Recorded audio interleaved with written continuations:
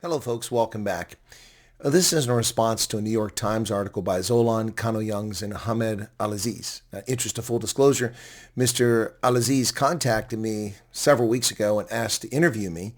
We did a Zoom session, and he said there'd be a follow-up. That was just an introduction, but I've not heard back from him. It's been now at least nearly a month since I last heard from him. But another article from him and this other author, How Trump Turned America's Refugee Program into a Pathway for White People. Very interesting. My question is, why the angst and what is the problem with white people coming to America? Are white people not worthy of being refugees if they suffer persecution?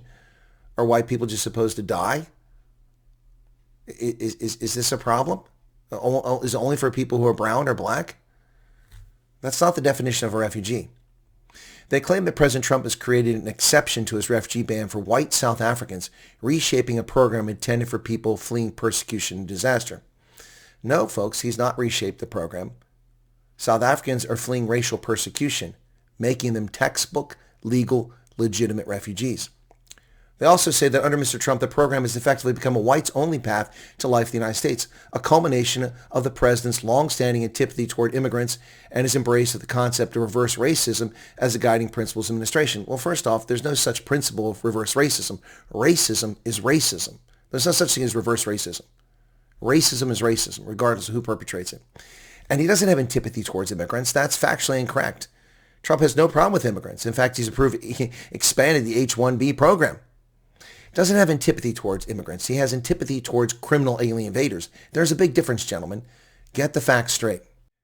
Since the 2022 Russian invasion, over 260,000 Ukrainians have relocated to the United States. Now, they weren't able to come through the refugee program because the cap had already been reached from others coming in. So the vast majority of them entered through the Uniting for Ukraine program, which granted eligible Ukrainians and their immediate family members 2 years of temporary humanitarian parole. Well, that time is up, and they're still here. 2022 was 4 years ago. Those 2 years are long up. Now, because the U.S. primarily welcomed them through the parole rather than official U.S. refugee admissions program quotas, a large portion of this population has navigated changing temporary protective status regulations. So they're here on a humanitarian parole and TPS. They're refugees. 260,000 white, blonde, blue-eyed people. Trump hasn't upended the refugee program. Biden brought 250,000 Ukrainians into this country without our request, without our approval. Dumped them in our neighborhoods. 250,000 white people. And the New York Times, his feelings are hurt because 6,600 people have come over from South Africa. Now, the authors bring up the old canard of genocide, claims of genocide. South African officials strongly dispute claims by Mr. Trump that Afrikaners are being targeted in genocide. But that doesn't matter. That's a canard. What does that have to do with anything?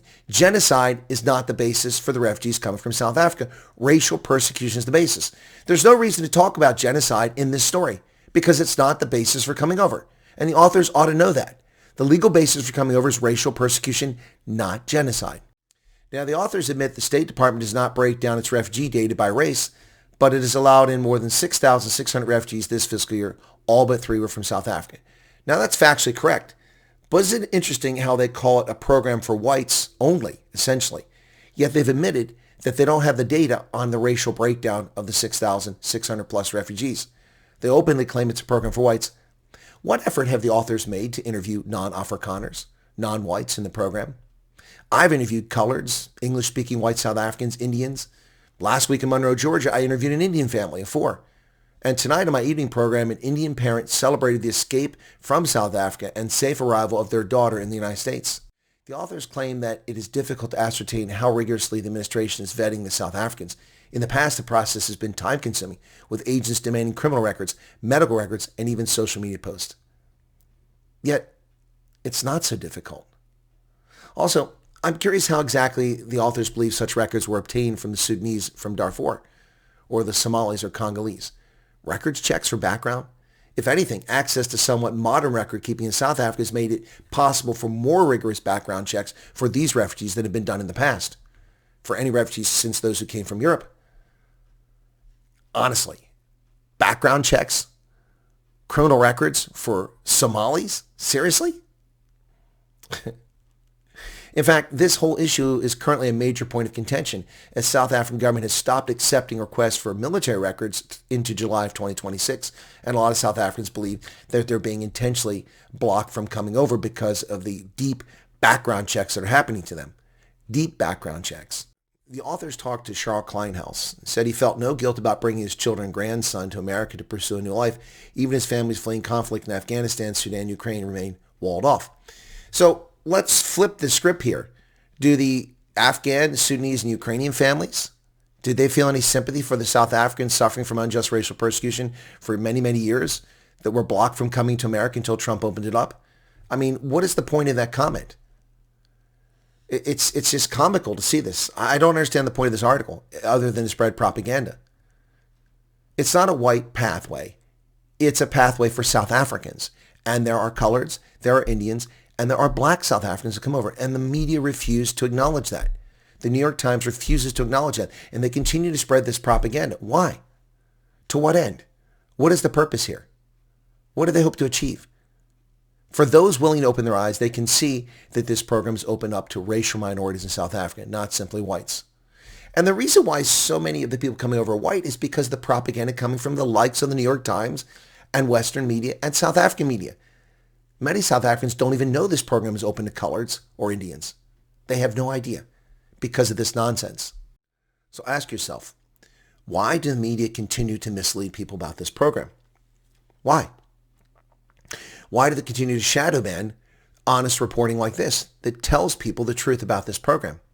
What is to be gained from this other than painting Trump as a racist and also falsely claiming he's anti-immigrant? He's not anti-immigrant. That's a fairy tale. He's anti-criminal alien invader, as are most reasonable people. Most people, including South Africans, expect that you enter a country legally, legitimately. And if you're a guest, you abide by the rules of that country. And if you're an immigrant, you assimilate into society. That's what normal, rational people expect. But apparently the New York Times doesn't expect that.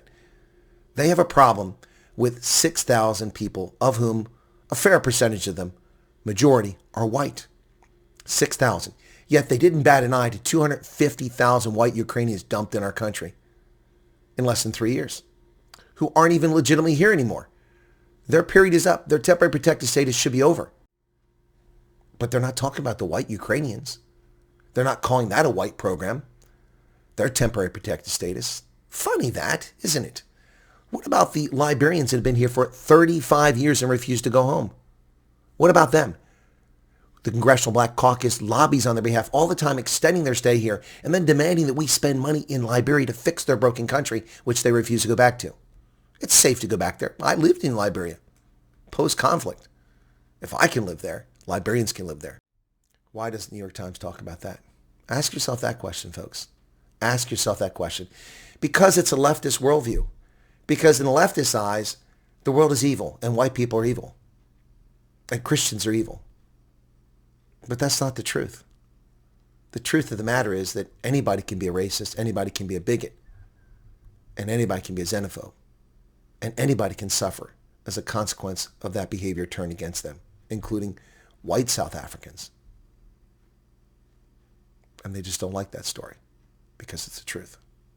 What say you? Cheers.